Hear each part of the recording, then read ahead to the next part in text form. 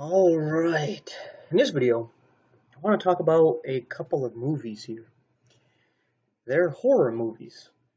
Yet, I'm actually going to recommend watching them and especially showing them to your children of reasonable age. And I'll explain why. First of all, these movies, they're not getting into grotesque, dirty language, sexual content. One of them has a little bit of gore, but there are good messages from these movies. The first one here is Pie Wacket. Now, of course, I'm going to tell you about the movies, not in great detail. So I'm going to give away the movie, the whole plot and everything. So, spoiler alert, I guess, even though it should not be a big deal. But anyway, in this first one here, Pie Wacket, a little girl is struggling with her mom. I don't remember if the father left or died, but her and her mother are struggling after the loss of the father, and they're not getting along, and she's a teenager, and she ends up getting into some witchcraft stuff, kind of messing around with it, and after a big fight with her mother, she does some ritual that's supposed to, I think, actually kill her mother. You may be thinking, hey, this is pretty crazy. Why would I want to show this to my children? And I don't mean like young children. I'm thinking more teenager, right? A bit more mature, to get a message across to them about being sober-minded, right? You don't want to be drunk. You don't want to be high on the devil's lettuce there, or on any kind of opioid, fentanyl and all this stuff going around these days. You want to be sober-minded, and not just away from drugs, but with your thoughts in general, that they need to be on a solid ground, on a firm foundation, that you need to be into the Word of God because it acts as a hedge around you to protect you from what ends up happening here. You see, she does this ritual to have her mother die, right? But of course, she changes her mind, right? And she doesn't want it to happen, but she realizes that there's weird spiritual things going on, that something is going to happen to her mother, right? So she learns how to reverse this curse that she did. She has to do the exact same ritual, but backwards, right? And she's warned that this spirit that she's dealing with is deceptive. And when she goes out to this wooded area outside of her home to do this ritual again, but in reverse, she sees her mother laying down in the woods, but she also hears her mother calling for her back at her house, telling her to come in. And when she sees her mom laying down in the woods, she appears to be dead. So she's confused. She's like, I see my mother dead. This is the ritual that I wanted to do. The woman that's calling me is not really my mother. This is that spirit, right? So she already has that in her head, that this person calling her is someone different, like a shapeshifter of sorts. And her mom is upset because she ends up finding out she went out in the woods and she found some knife that she was using, and it had blood on it or something, and noticed that she cut her hand or her wrist because part of the ritual had to do with blood, and she's getting upset about her doing that, and she thinks that this is some just demon messing with her, not even her real mother. And it gets to the point where she's very well convinced that this is a demon, and the movie gets you to think, okay, yeah, her mom is really dead in the woods. So what does she do? Something really crazy. I'm not going to tell you how she does it, but she decides that she needs to kill this demon. So she does something to kill this uh, thing that appears to be her mother. Well, it turns out that the trick was that her mother was alive, and that dead body that she saw was all in her head. She was tricked into thinking that her mom was already dead, and tricked into thinking that her real mom was the demon. So her ritual messed with her mind. She allowed the enemy in to get her to fulfill her own wish, her own desire that her mother would die. So she ended up killing her own mother, and she was deceived into doing so. And that's why I would say, you know what, if you want to have a horror movie to really get through to your children about how the world and the spirit of the world, the devil, will manipulate you into turning on your family and against your parents to get you to think that they're the evil ones.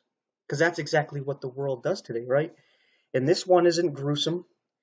It's not full of dirty language, all kinds of sexual content. It's pretty PG, more of a suspense thriller, pretty scary, creepy moments. Ultimately, how she ends up killing her mother is a whoa kind of thing. Like, I don't know how uncomfortable that's going to make you feel, but it's pretty shocking. Like, the way the devil twists your mind, right? And I think it's something that you could use to talk to your children about. Because I didn't grow up Christian, and I would watch things with my dad, not necessarily horror movies, but he basically everything I watched with him. He didn't let me go watch things on my own, so he could talk to me about everything I was watching, whether it was some cartoon or some movie, or it's a movie that he wanted to watch. He could talk to me about stuff going on in it, and he would tell me like life lessons from it. And like, oh, you see them doing this in this show or this movie, I catch you doing that, and I'm going to whoop your ass. So it's something you could do as well, right? This is a very good movie to do that, and one that's similar to this, but it does have a little bit of gore to it. Um, is this movie here, Cobweb? And it's similar in the sense that this little boy hears a voice coming from his wall when he's going to bed. It sounds like a little girl. And this voice tells him that she is his sister, and that basically his parents are kind of evil, right? Excuse me. And that eventually uh, convinces him that his parents want to kill both of them, right? And excuse me, he should know that the spirit or person, because you can't quite tell at first if it's spirit or a person talking to him, or really what's going on. You can tell that it's not a I'm for you kind of spirit, as it gets him to deal with a bully at school in a very violent way. I think it ended up pushing him down some stairs where the bully broke his leg. And you think there that this young boy would realize that this spirit talking to him is not as nice and as friendly as you think, right? That maybe your parents aren't the bad ones. They're trying to protect you from something, because eventually the parents realize that there's something actually talking to him, and they start to get scared about it, and they want to take care of this. So they're very uh, quick to get to punishment. Not that they beat him or do any torture to him, but I think they locked him in the basement for a while, and I think that was the worst thing they did to him. And so he couldn't do anything like a normal kid would do. He just had to sit there and think about what he's done and all this, especially when he broke that kid's leg. And I think it's a weird punishment, but I mean, it's a movie, and people can raise their kids how they want, right? I mean, he broke some kid's leg. I mean, you can't just not punish the kid. You got to do something, right? So it's like, the parents, with their wisdom that they have, they deal with the child. But the father had some uh, rat poison that he used to take care of rats, obviously, right? And the child noticed that, hey, that it smelled like cinnamon. So this is a key point in the movie to take note of, that, oh, this rat poison smells like cinnamon. And he's telling him, well, we got to get rid of the rats because they can be a nuisance. They can damage the property. They can bite you and give you a disease, or they can spread it through their turds in the food or whatever when they eat the food. So you got to get rid of them. And later on, since this voice convinces him that his parents are the evil ones, he ends up mixing this rat poison into the soup. And then the husband, when he's eating, starts to talk to his wife about, hey, this is different. What'd you do different? She's like, nothing. What do you mean? He's like, there's just something different about the soup. And she starts eating some. And then she's like, she smells it. And she says, it smells like cinnamon. And that's where the father realizes, hey, something's wrong. He looks over at the son, and the son's not eating any. So you see here that that son was manipulated into, again, by some demonic-like force to kill his own parents. And this is where the movie, it does have a bit, has some gruesome parts to it. So I don't know if you want to get that far with your children with that one.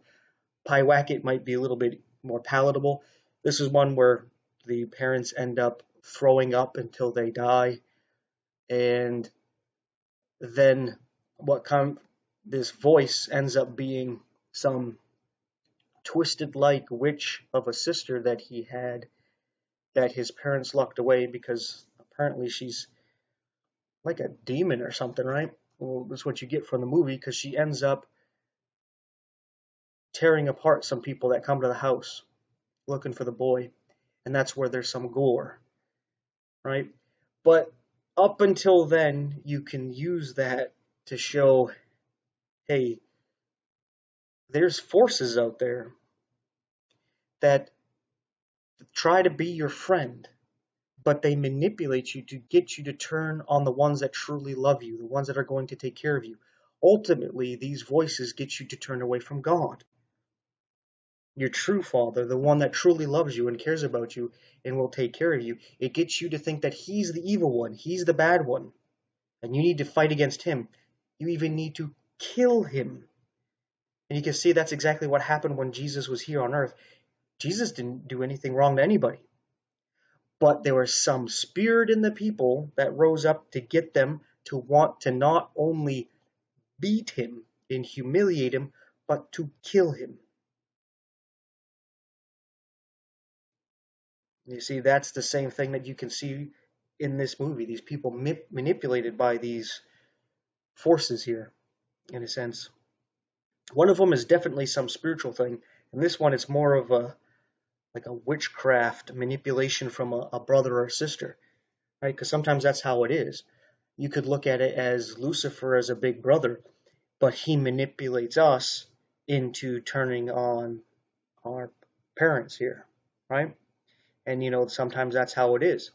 There is a bad apple in the family that manipulates the others into joining them to fight against the parents, the same way that the bad apple is, right? Because the parents notice that one of the children is a bad apple, so they obviously are treating him differently or her differently, right? And now that bad apple is in kind of a war with the parents and will seek allies. So it's like, oh, you love your other children, my brothers and sisters. Well, I'm going to get them to ally with me against you. So sometimes when there's a bad apple in the family, you might have experienced this, whether it was one of your brothers or sisters, or one of your parents' brothers or sisters, or maybe it was one of your own children that you had to basically shun to protect your younger children from their influence. And this is what God did with Lucifer. And Lucifer gets a lot of the world to join him into warring against God, that he's the bad guy. And he manipulates them into thinking that that's true, right? Mom and dad are the evil ones. They're trying to control us and manipulate us, and they don't want us to really be free and all this stuff, right? No, he's a narcissistic, selfish piece of crap, and he's just trying to get people on his side. He already knows that he's kicked out of the house, he's lost the blessing of the parents, so he's trying to get you to lose it too, right? So that you join him in the hatred, so that mom and dad don't have anyone or anything, right? Because that's usually what happens with these, the bad apples there. They try to get back at the parents. Like the rest of their lives, they just hate their parents. You might have met people like this, right? They just hate them. There's some people that they got reason where they're traumatized by their parents, but there's some people who are just no good reason because they're spoiled and they don't think that their parents should have done what they did. They hate them because, I don't get my trust fund until they die or something like that. And it's like, well, you're lucky you even have a trust fund, right? You should be thankful for that.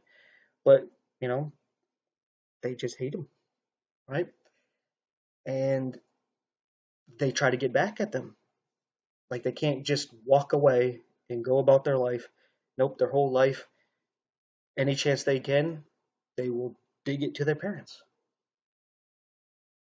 And this is just to show us as observers and the people who are experiencing this what God is dealing with his creation. So we can better understand and know him, to go through the same things, to suffer with him. But anyway,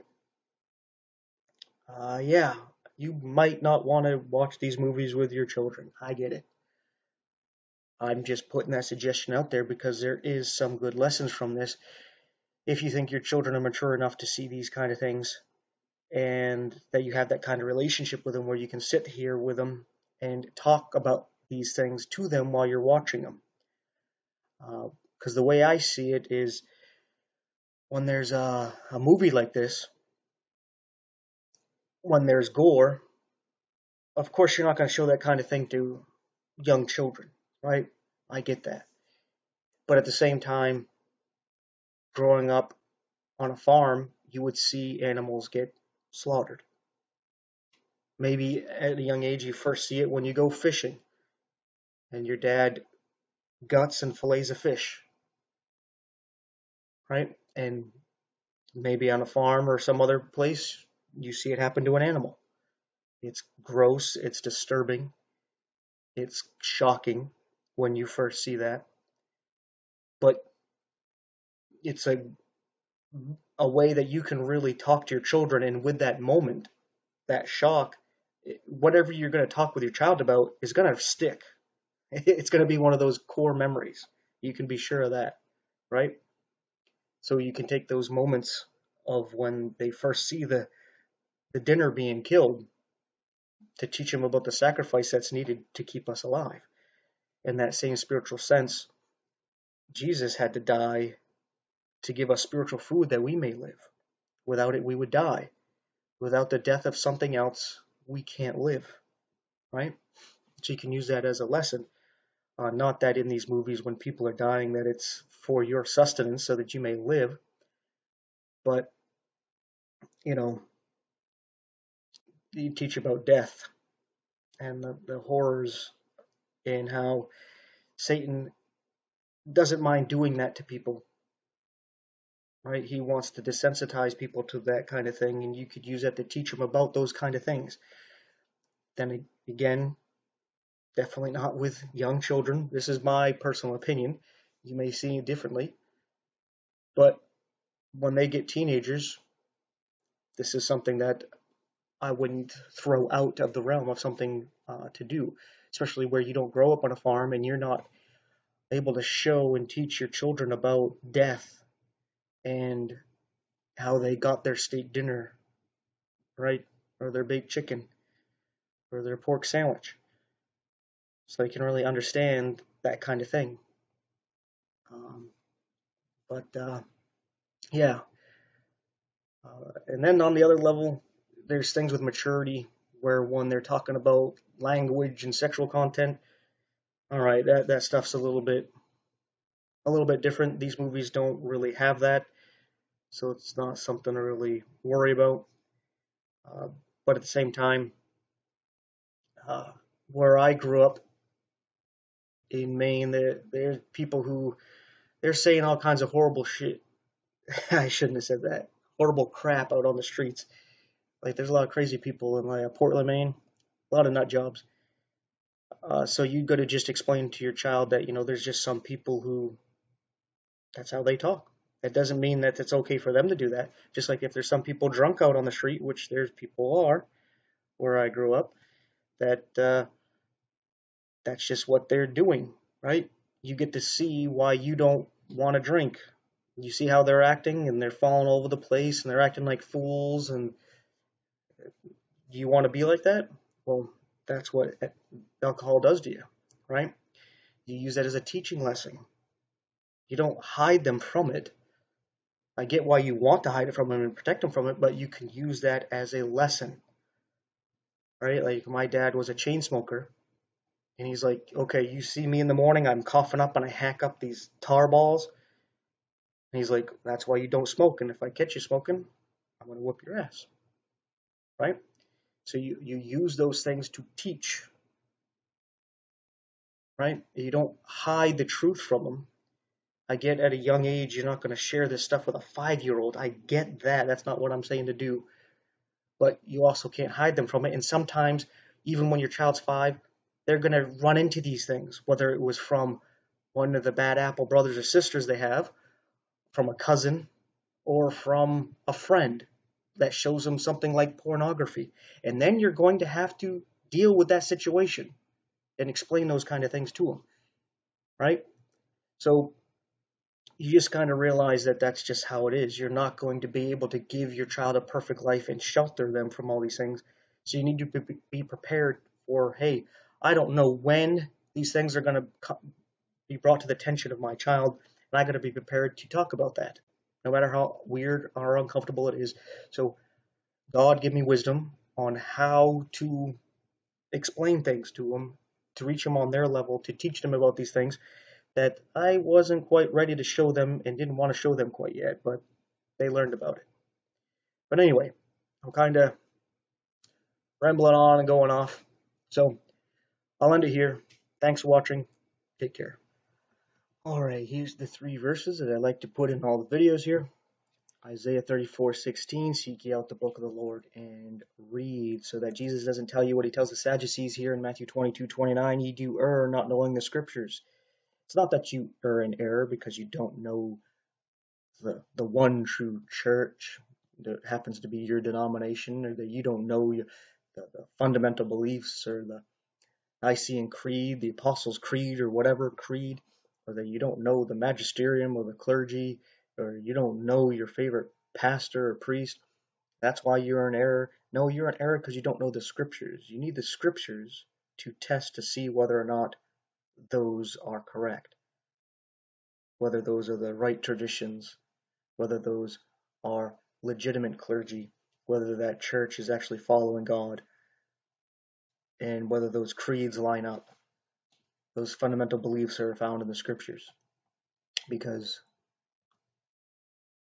knowing the scriptures is knowing God. Like we read here in John 17:3, Jesus says, and this is life eternal, that they might know thee, the only true God, and Jesus Christ, whom thou hast sent. This is a deep knowing.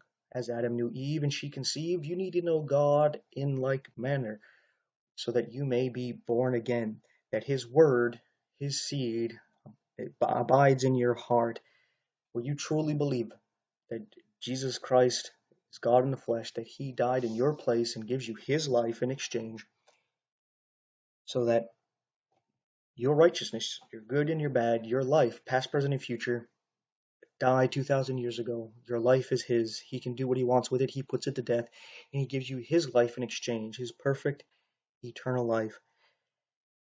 That's the deep knowing you need to know of God. So, there you go. Do you know him? Do you want to know him? Get to know him. Thanks again for watching. Take care. So that fella couldn't join the church. He couldn't join the church. He couldn't get baptized. He couldn't get baptized. He woke up with God. He woke up with the devil. Are you saved? Amen. So that fella didn't take the sacraments. Didn't take the sacraments. Didn't say the rosary. Didn't say the rosary. Didn't tithe. Didn't tithe. He went to heaven. He went to hell. You saved?